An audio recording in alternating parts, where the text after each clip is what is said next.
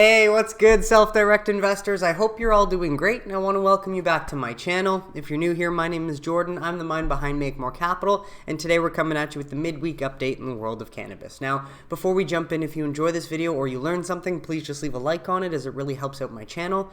And of course, if you want to learn how to take advantage of this generational investment opportunity, subscribe below so that you don't miss any future videos, and then there's plenty of content for you to go back, rewatch, and educate yourself with. I've tried to put all the news and facts in one place so you can watch episodes over time to learn about the evolution of the industry, identify top companies that you keep seeing pop up, and take advantage whenever you feel ready if you wish to do so. We got a lot of little stories touching on all aspects of cannabis this week, but we start with marijuana moment.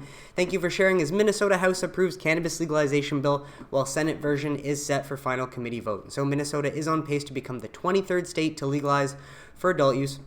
So Minnesota House of Reps passed a bill to legalize cannabis on Tuesday after weeks of extensive committee consideration and a floor debate that spanned 2 days. Meanwhile, Senate companion legislation will be taken up in its final committee on Wednesday, so that is later today, before potentially advancing to the floor, which is expected by the end of the week. So I should be able to report on my Sunday video whether this goes into effect, making Minnesota the 23rd state to officially legalize for rec. And so for more information on the bill, if you wanted to check it out, scrolling all the way to the bottom, here are the main components of the revised cannabis bill, HF 100 and SF 73. And so pause to read the snippet here, and then as well you can pause to read a little bit more, and then pause to read the last bit. Otherwise, you can grab the full link to go through the whole article, but just wanted to share a highlight, and we'll recap that on the weekend as they end up passing the official bill through the Senate. And with this, high time shares, just to recap, congrats Delaware on becoming the 22nd state to legalize rec cannabis. Good luck with your adult use program, and hopefully you can get that launched sooner than later.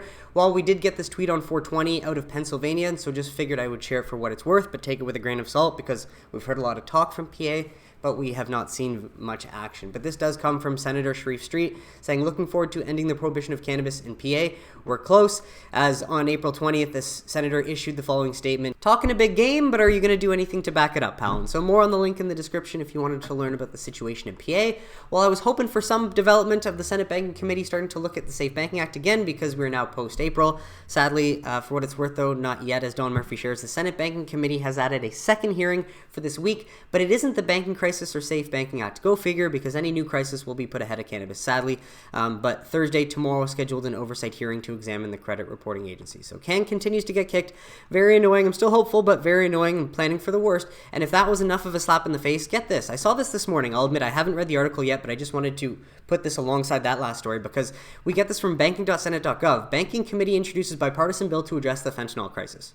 Wait, what? Why on earth is Sherrod Brown and the Senate Banking Committee talking about fentanyl when they are the Banking Committee? And they have a bill that just happens to be cannabis related that is an ultimate solution to the near collapse they had a month and a half ago that would get $30 billion in cash off of the streets, and that would be the liquidity that most of these American banks have been looking for over the last little while. Secondly, where is Secretary Bakara on the rescheduling or his review that the White House asked for in November? He has not said a peep, and obviously if you cared about public health, cannabis would be front and center. Sadly, he's nowhere to be found, not even calling on the DOJ to issue Quell Memo 2.0, nothing from him. And then number 3 is, we know that descheduling is the answer that they're looking for. Obviously, they're not working for the American people, so they're not going to do what the American people want. It's just beyond infuriating and soul-crushing at this point is that continued delays only come at the expense of the American worker. And so they frame this bill as a sanctions and anti-money laundering bill aimed at combating the country's fentanyl crisis by targeting the illicit fentanyl supply chain. You mean the CIA? Jokes aside, isn't it ironic how basically just descheduling cannabis could go to addressing all of this? Think number 1, cops get all the resources back from not focusing on cannabis, and you don't target or arrest or criminalize any groups of people, and you focus solely on fentanyl. And then number 2, we know that where cannabis is legal, opioid overdoses go down by 25%. That's a study from Harvard in 2014. And then number 3, cannabis is no longer illegal because it's been descheduled. Banks can take in the money without having to deal with the red tape, and that would solve, the Banking Committee's liquidity crisis right there. Boom! And that is how you get 3 birds stoned at once. And while they continue to waste our precious time, wanted to recap what we heard at the 420 Cannabis Summit. Hope for safe banking in the future of cannabis legislation. Well, after what we've just been through, take it with a grain of salt, plan accordingly for your own situation, but this is what we heard as of this past week. And so I recommend you can pause to read. Otherwise, grab the link in the description, because there's quite a long write-up, and this is written by Pablo Zuanic, analyst who's been wrong quite a bit, but also been right in the past. And so I wanted to take you down to the quotes that were worth sharing. Below, we summarize a few factual snippets based on comments made by the speakers on Thursday. Senator Schumer, happy to pass the research bill last year, working on Safe Plus this year, but the ultimate solution is comprehensive cannabis reform. No, it's not, schmuck. Also working on crime expungements, plan to reintroduce the CAOA. It's a good marker. Oh my God. I mean, hopefully they reintroduce. No, it won't, because Wall Street knows. We're not that dumb at this point. More than once, re the topic of comprehensive reform, he said, will not be easy in a divided Congress, while implying safe is doable. Safe is doable. We know CAOA is not, so stop wasting our time, schmuck. Please. Senator Merkley, regarding safe, he is excited where we are now and plan to file the bill soon. So, again, it's promising, but we've heard that for fucking years. He implied it will have few add-ons, but did mention hope. We assure Graham too. He publicly thanked Steve Daines for his work on SAFE. He said there are 8 years of efforts behind SAFE and reminded everyone that SAFE has 9 Republican co-sponsors in the Senate. Last time around, it has the votes. Stop with this annoying lip service. He says a real path to getting this done is in the Senate. Yes, we obviously first need to see it reintroduced in the House, unfortunately, though, and then have it brought back into the Senate, from my understanding, because the old session is over. And a bit more from Blumenauer and Mast if you wanted to pause to read. Otherwise, again, grab the link. And so we're hearing a lot of crap that sounds like they're going to drag it into 2024. Obviously, we could not have planned for this. We're also hearing word that they're going to introduce it in the coming weeks. We have no idea. So again, plan accordingly for your own situation, but just trying to relay what we're getting and trying to, paint as accurate of a story as possible. With that, Marijuana Moment, Top Pharmacists Association endorses drug decriminalization. And so no doubt this would be a heyday for the pharmacists, who no doubt would be rolling in an abundant supply of drugs if decriminalization would actually happen. But for what it's worth, the American Pharmacists Association is getting behind decriminalization, which would, of course, see cannabis descheduled most likely, is officially backing the decriminalization of all drugs and paraphernalia, earning the praise of drug reform and harm reduction advocates. And so not going to spend too much time on this, but you can pause to read to learn more about the APHA, otherwise you can grab the full link. But no doubt, the more support we have for getting cannabis out of the Schedule 1 where it never belonged in the first place, the better. And so with that, Marijuana Moment ensures the Nevada Assembly passes resolution urging Congress to federally legalize cannabis. Sounds good, but does it mean much, as the Nevada Assembly has approved a resolution urging Congress to legalize cannabis, sending it to the Senate. Now, cannabis is already legal in Nevada, so they're obviously calling on the corrupt Washington Congress to finally act, which we love to hear, and this is what they're asking for them to do, their call to action. And so this is sort of the only thing I found that would answer my question. If you know more, do let me know in the comments whether this could actually have some sway or, be meaningful. But if enacted, the measure would require the Assembly's chief clerk to prepare and transmit a copy of this resolution to the VP of the U.S. as the presiding officer of the United States Senate, the Speaker of the United States House of Representatives, and each member of the Nevada congressional delegation. And so since Biden doesn't seem to want to do anything or answer any letters, they're going to try and send it to Kamala. I don't think it's going to do anything because the White House has not given a fuck about cannabis thus far. But more pressure from places with a bit of power, like the Nevada Assembly, does sound like it's more promising than not. And then with that, another recent one from Marijuana Moment, 3 new polls confirm a strong majority of Americans supporting cannabis legalization. And if America wanted to hold true to its democracy, they would certainly be wanting to work in the will of the American people, would they not?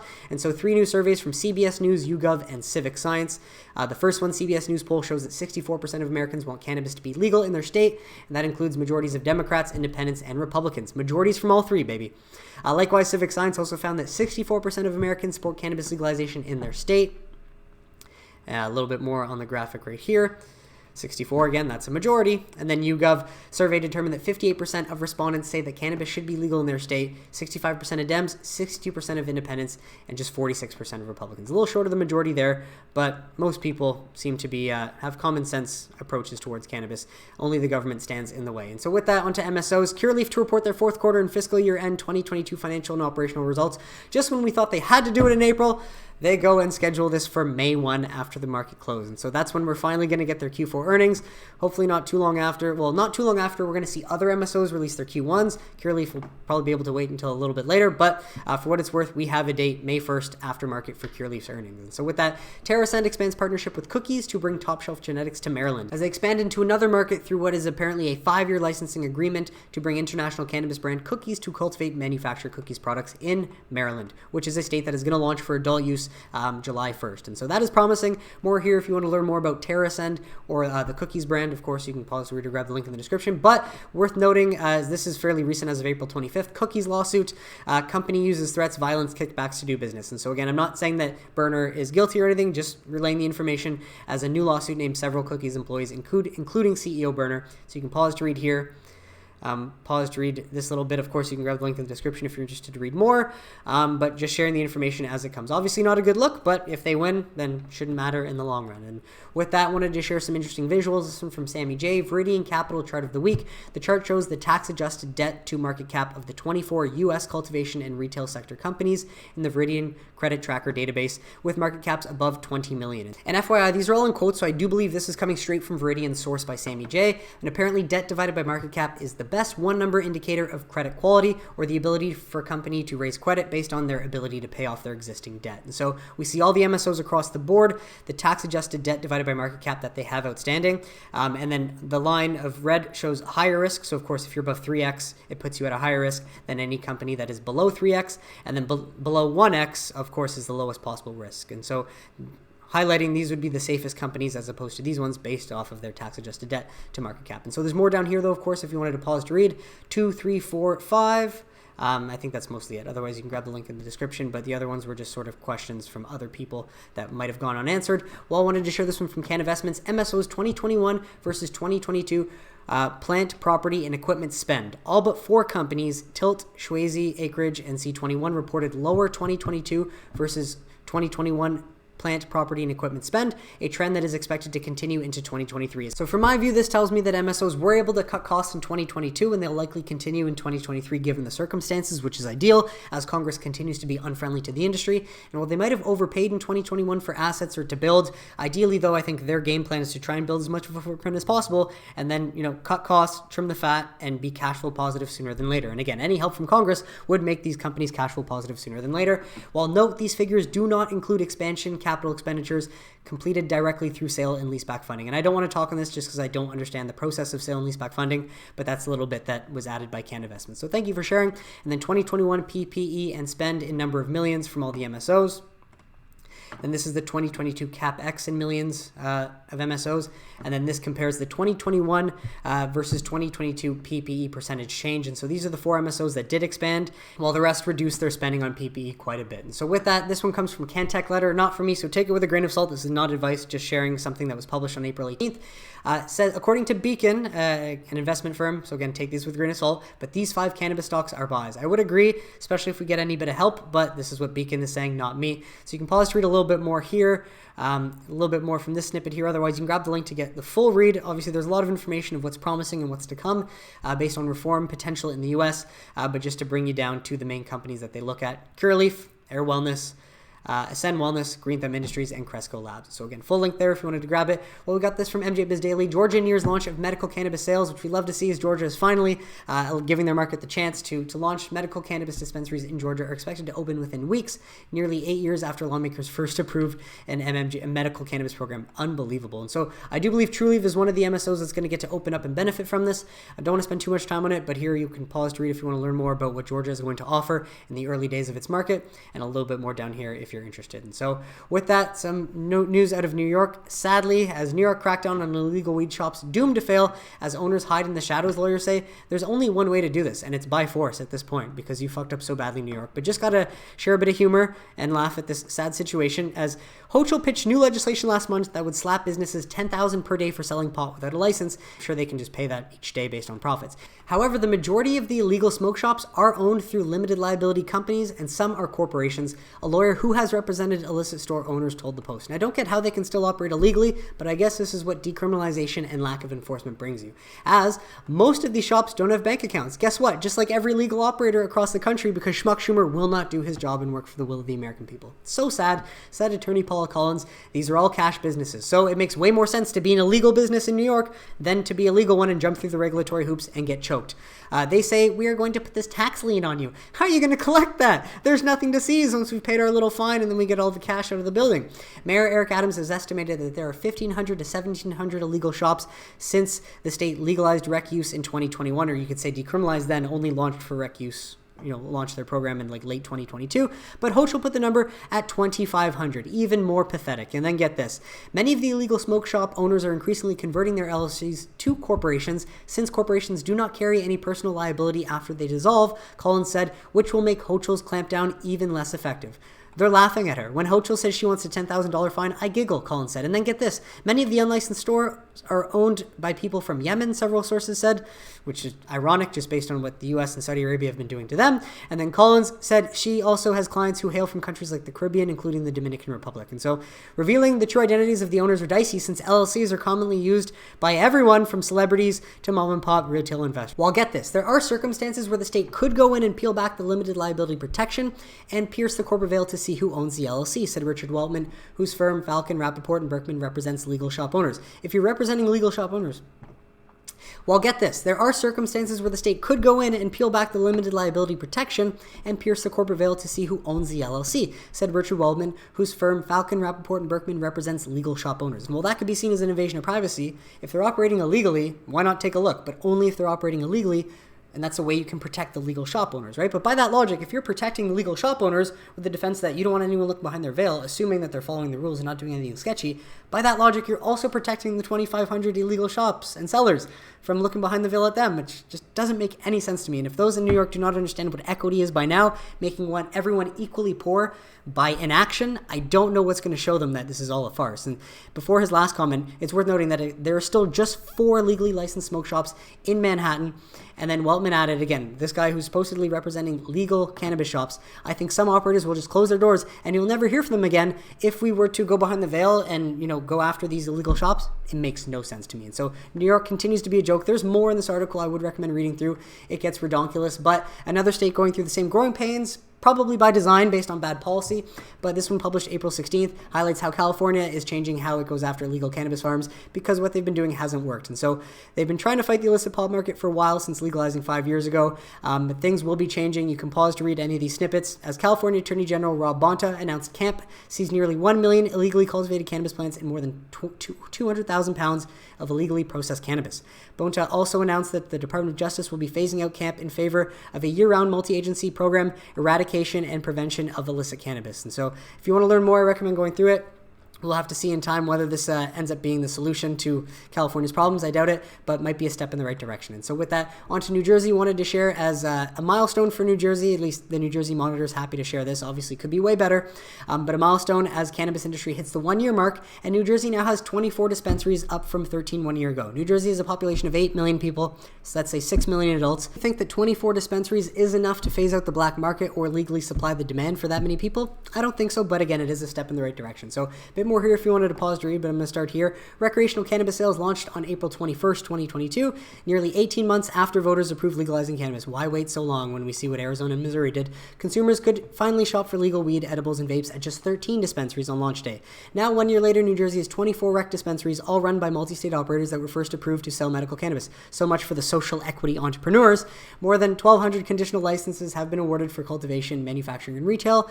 More obviously would be better to hand out for cultivation, to open more dispensaries to supply that demand, while about 100 annual licenses have been awarded, including 37 converted from conditional to annual licenses as of this month. But of course, industry insiders, consumers, and even some lawmakers say they expected the Garden State would be further along. We all did.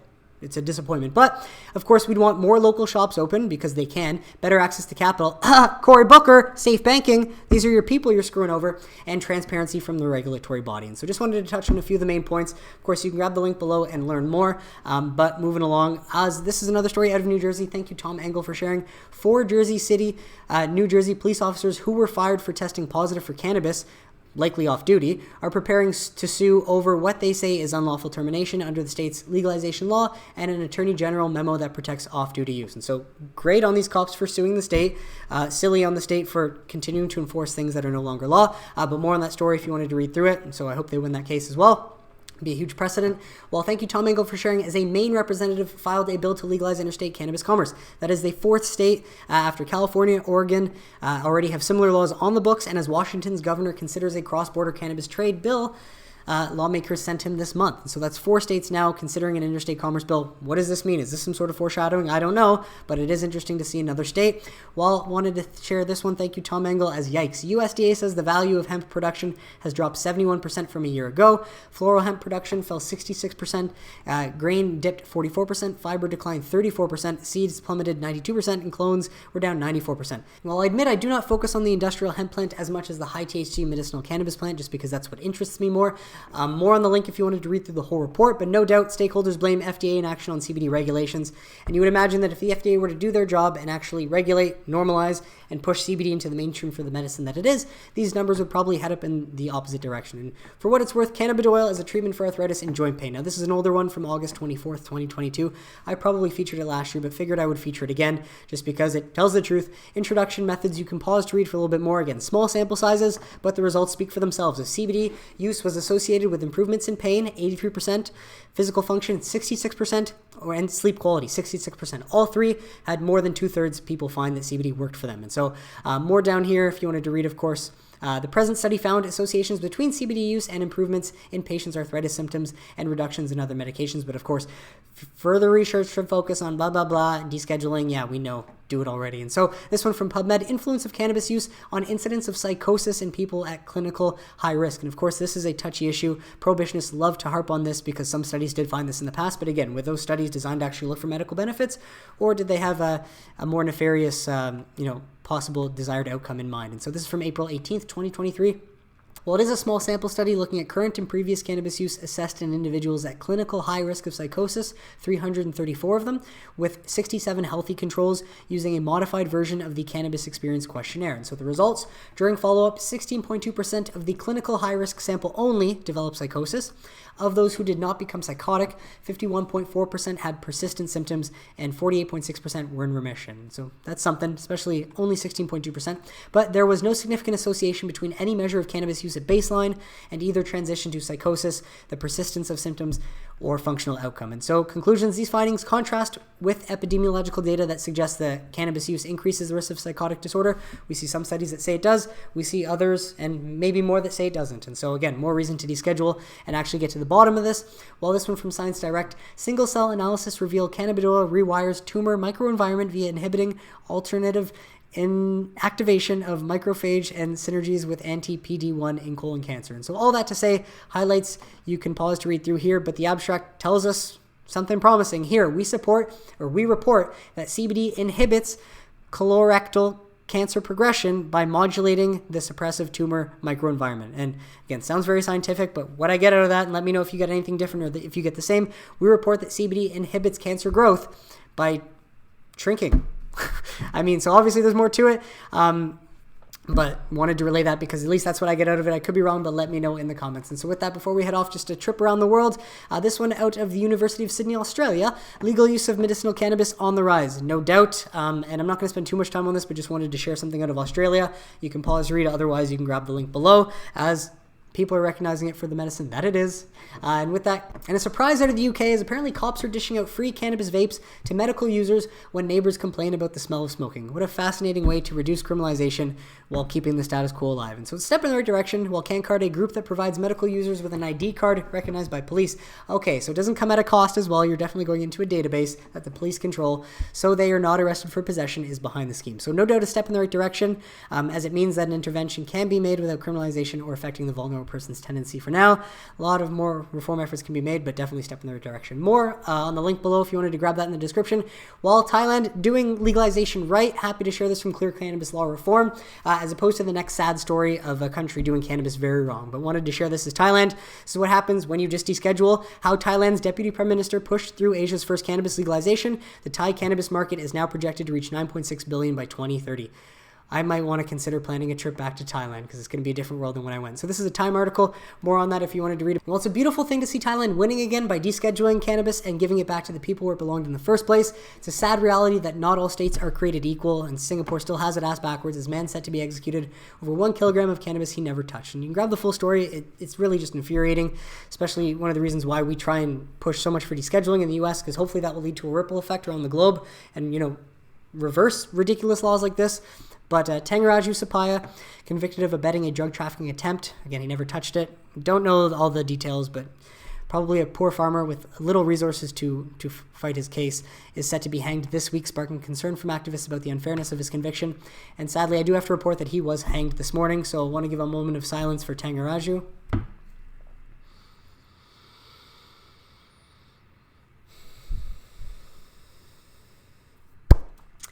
Rest in power, man. Totally unfair, but that's why we keep fighting to at least get cannabis descheduled where we are, so we can give the plant back to the people where it also belonged in the first place. But that is it for today's episode, folks. I want to thank you so much for tuning in, and I really hope you got some value out of it. What did you think of the stories mentioned? Let me know in the comments if you have any questions or suggestions, and I'd be happy to try and address them. But besides that, if you enjoyed this video and you learned something, please just leave a like on it. Subscribe below if you don't want to miss any future videos, and I will catch you on Sunday for This Week in Cannabis News. Have a great week, everybody.